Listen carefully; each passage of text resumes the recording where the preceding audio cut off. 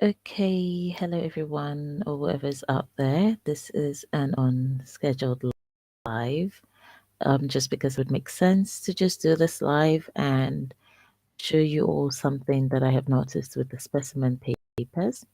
So usually when you have a specimen biology, you have not a specimen paper. When you have paper 4 in biology, you are given 2 essay questions, and you have to choose one of those questions, and those are usually questions 9 and 10 if you're doing paper.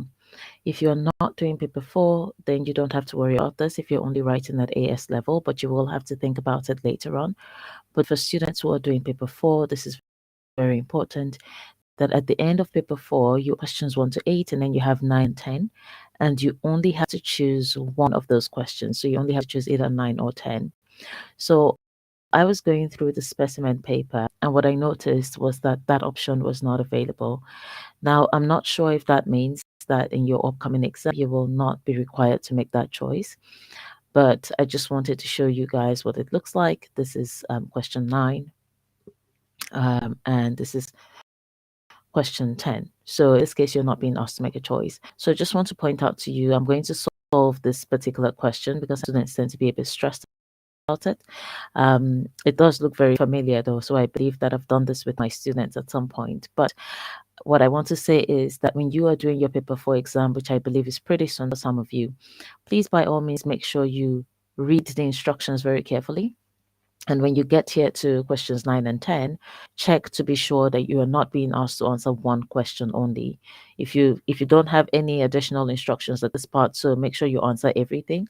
However, if you get here and it says pick one question, then you know you only have to answer one question. So we can do this question together now that I'm on the live. I'm just going to do it very quickly. It says here that the diversity of dung beetle species was investigated at 2 grassland sites in North America. If you want to join me in solving this, please get your calculator because I think this is a Simpson's index of diversity question. In North America, dung beetles feed on animal feces, so that's dung. And the first grassland site was grazed by cattle. The second grassland site was not grazed by cattle. The areas of the 2 grassland sites were the same. At each grassland site, dung beetles were collected, identified, and counted. And here you have dung beetle species, so there are 4 of them in total. Okay, the number of dung beetle species of dung beetles for each species on the grassland that's grazed by cattle.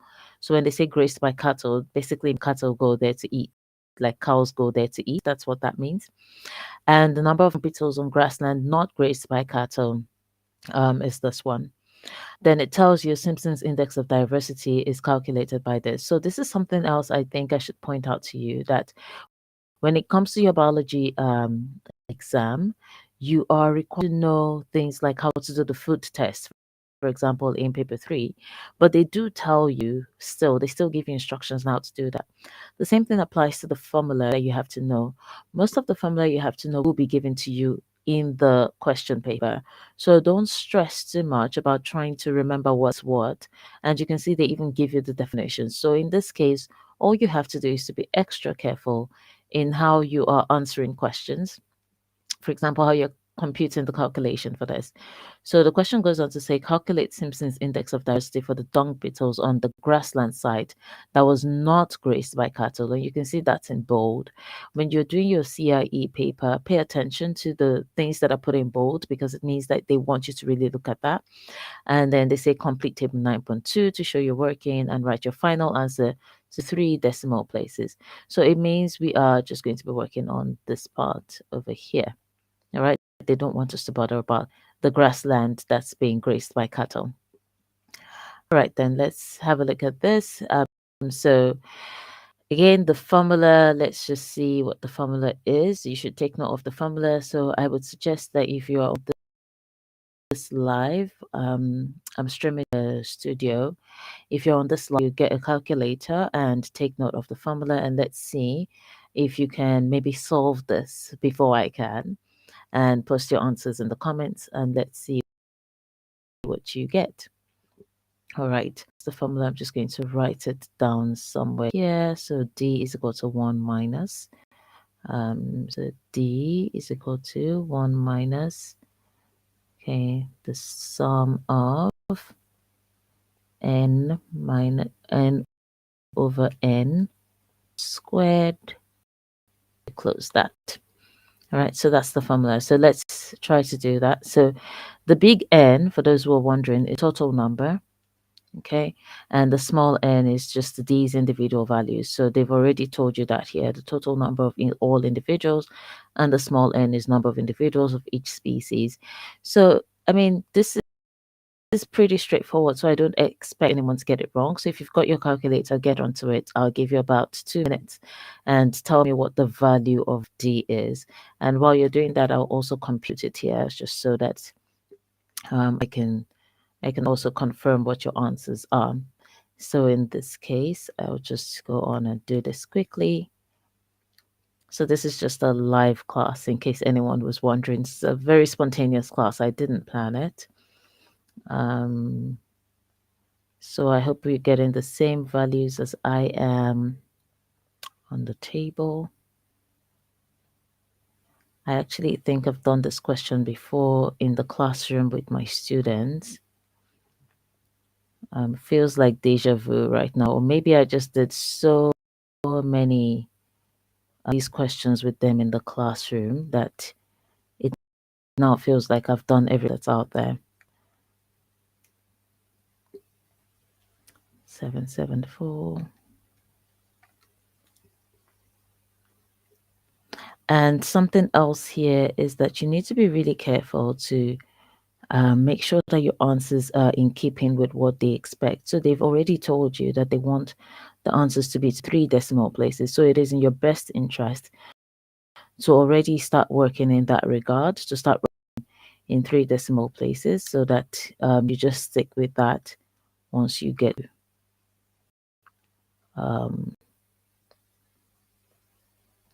to the final answer. All right.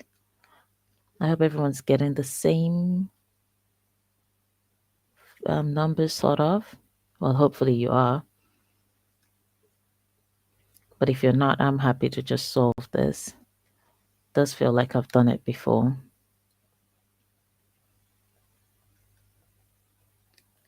All right. If we square that,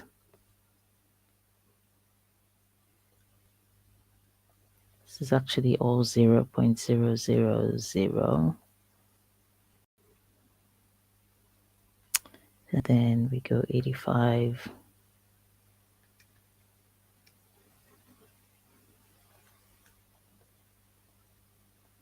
So here, make sure also that you fill in all the blank spaces in the table. Don't leave anything out because your marks, these 3 marks here, are dependent on what you get in the table. So what they do in this regard, especially with marking a table like this, is that you get 1 mark for getting everything in this column correctly. You get another mark for getting everything in this column correctly, and you get 1 mark for getting the final answer correctly. So make sure that you have a look at that. So I'm just going to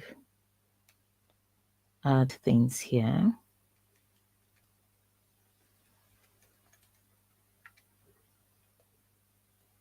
Interesting. I was expecting for someone to have solved this by now.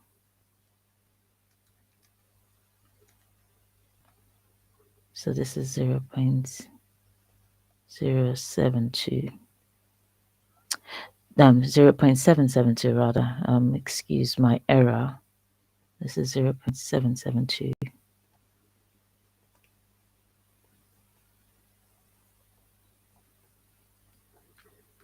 Okay. So there we go. So we have 0.772 over there.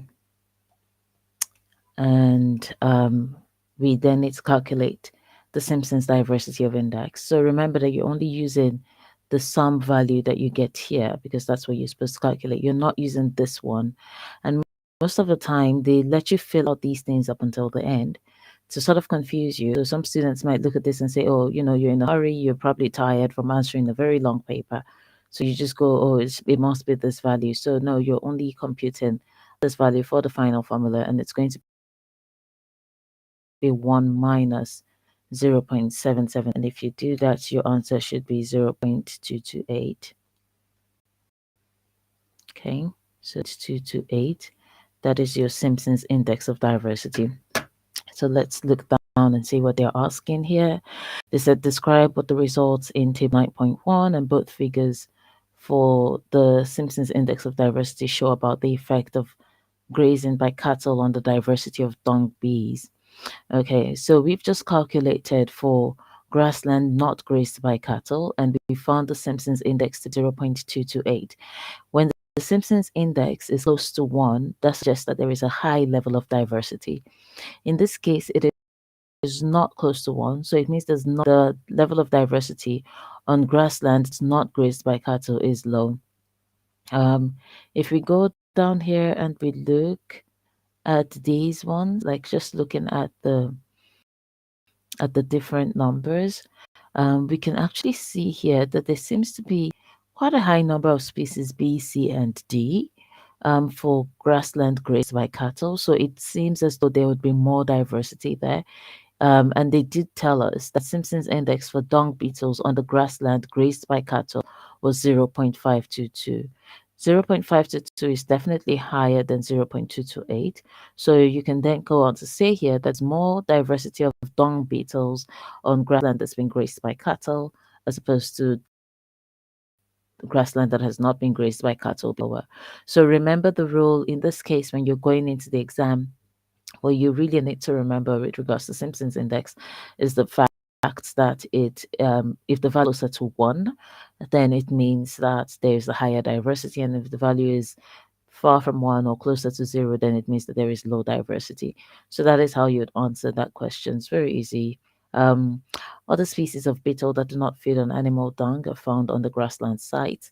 Name and describe one method for estimating the population size of a species of beetle that does not feed on dung in each of the 2 areas of grassland.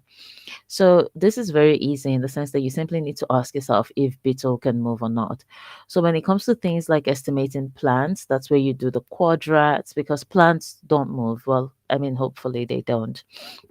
But in the case of an animal, something that can move from place to place, what you want to use then is you want to use the mark release recapture method. So the mark release recapture method. Okay. And I mean, just writing this already gives you 1 mark. And how do you then do the mark release recapture method? It means you set trap. First of all, I'm not going to write it all out because as you can see, that takes quite a lot of time. You set a trap. First of all, you catch as many beetles as you can.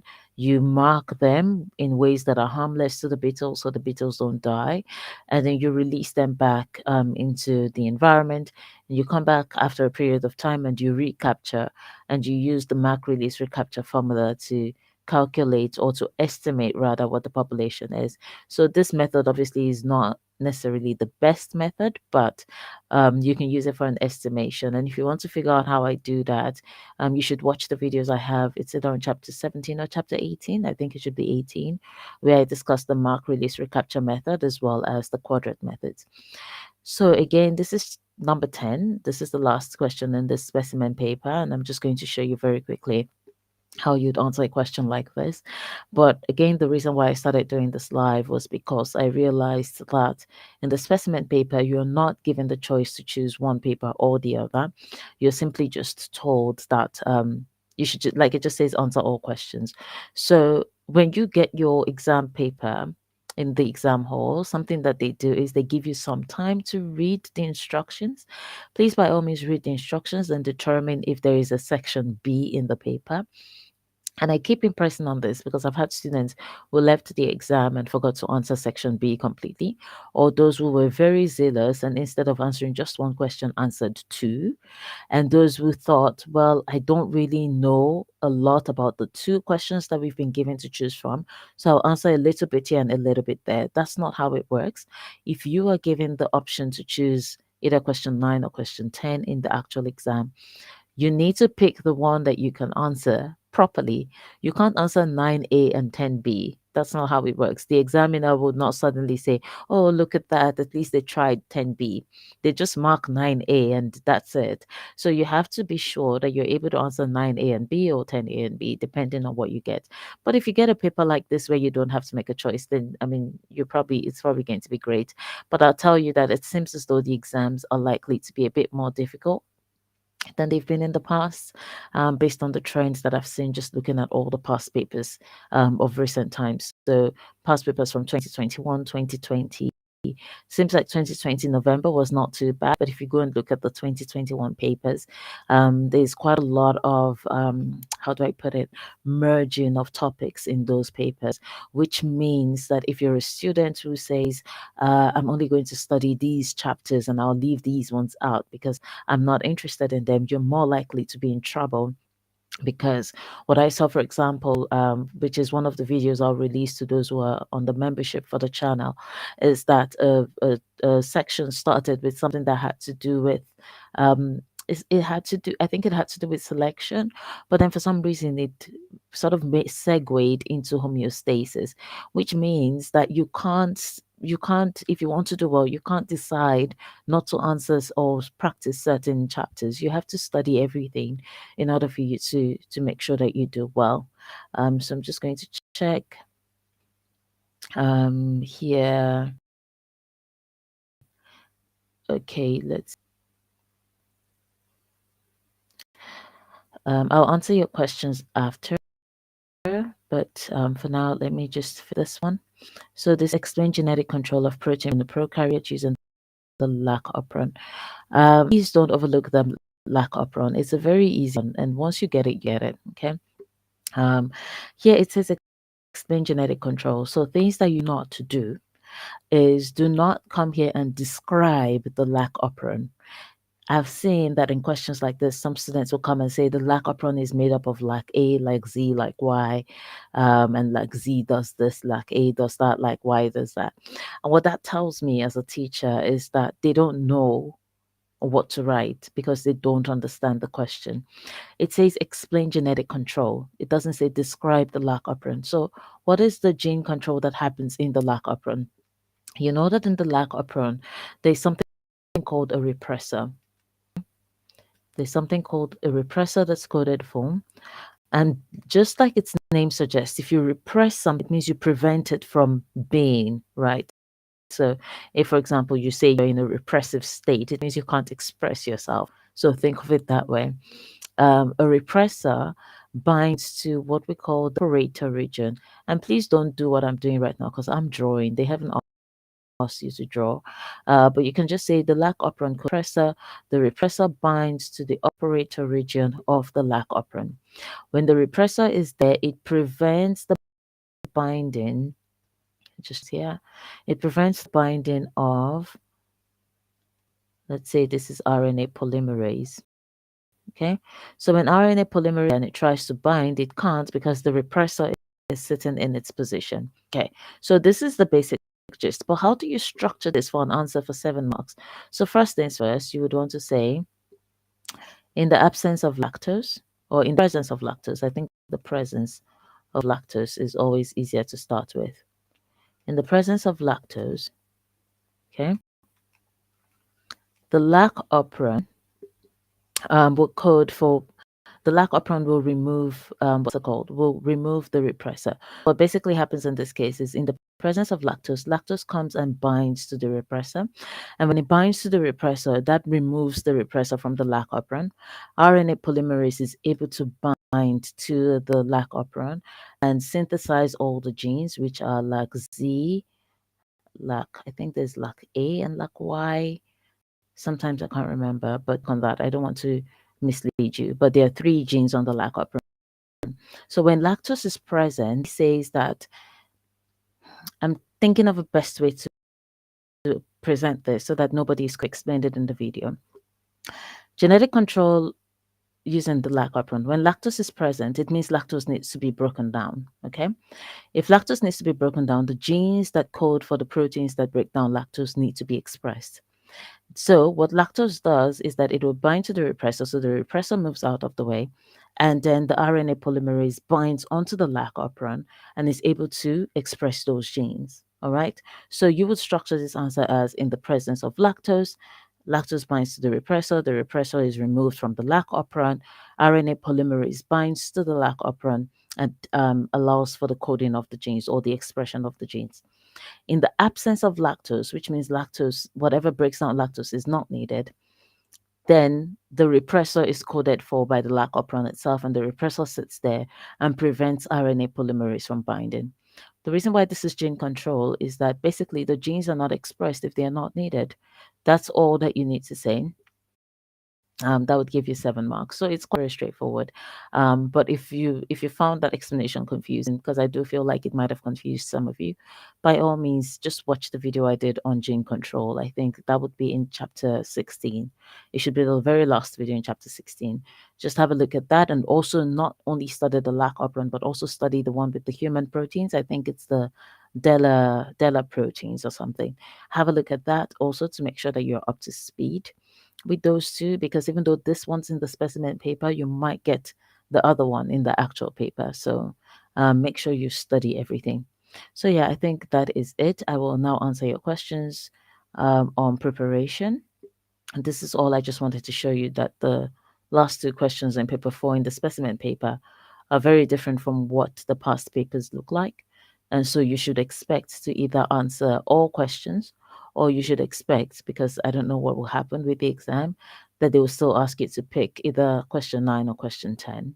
So I'll stop sharing now. Let me see here. So it says, what do you suggest to someone if she hasn't finished the syllabus? If you haven't finished the syllabus, I guess the question is, when are you writing your paper? That would be my big question, to be honest. Because if you haven't finished, then I honestly don't know what you can do. But my big suggestion, which might seem like a shameless plug-in, you watch the videos on the channel. Have a look at the videos. Those videos are very quick, and it probably like condense all the content that you need to know into a shorter space of time, which means that you can get through a lot in a short period of time. So if you haven't finished the syllabus, the sections you haven't finished, just watch the videos I've put on YouTube. Go to the playlist, and you'll see that in playlist I've arranged everything by chapter, so it's easy for you to follow. Getting ready for major in paper 4, I would say that if you want to major in paper 4, the best thing for you to do is study all the chapters. And this is something I always tell students, that you can't study all the chapters enough. Some students have this, I don't know what it's called, if it's like blind confidence, where they say things like, oh, I really just feel it in my spirit that photosynthesis will not be in the paper. Please do not do that. Don't try to project what CIE would put in the paper. From what I've noticed, CIE is no longer condensing, like they're no longer separating things by topic. They're now like merging them together. So you might start with a question about muscles and end up with something on homeostasis. So you can start with coordination and end up with homeostasis on the same question number. So it means that your chances of losing marks are a lot higher if you've only studied specific chapters, and then you see now that they're merged with other chapters, and you're getting something that the whole question is maybe 15 marks, but the thing is only 6 marks. So that means you're putting yourself at risk. So by all means, do not try to nitpick when you're answering questions. If a question says to give 2 advantages or 2 sources or 2 of anything, and I write more than 2 points, will I be marked for the right ones only? Well, I think that depends. For the most part, you will be marked. It depends. So let me explain it this way. What the new instruction to markers is that if you're writing as a narrative, which means like maybe it's an explanation question or something like this, like give 2 sources, for example, or 2 of anything rather. If it's a narrative, whatever you write must not contradict each other. So you can't write 2 correct things and 1 wrong thing that contradicts the 2 correct things you've already written. Because if you do that, you will lose marks. That's the instruction. However, if you write two correct things and one additional correct thing, then it's fine. You still get all your marks. So don't, and this is what I tell students, don't try to overwrite because you're trying by all means to prove what you know. Rather, learn what you should know and write that with confidence instead, so that you are able to excel with the paper. Otherwise, going on and including wrong information in all your answers might give the examiner the impression that you don't actually know what you're doing and you're simply just guessing. So that would be my biggest advice there. But yes, you do get marks correctly for your right answers as long as the wrong ones do not contradict the right ones, which is hard. So stick to the right answers. Okay. Don't, and if it says write 2 points and you're confident in the 2 points that you know, write those 2 points. Don't try to write 3 or 4 or 5. Um, let me see. Is this A2? Yes, that was just an A2 paper that I solved. Can I do the new paper February or March? No, I'm not going to do that. But hopefully this one helps. Most of the papers are very similar to each other, so that should help. Anyway, I can see that there are no more questions. I just wanted to show you guys that very short paper, and I will now close the live. So have a good time, everyone.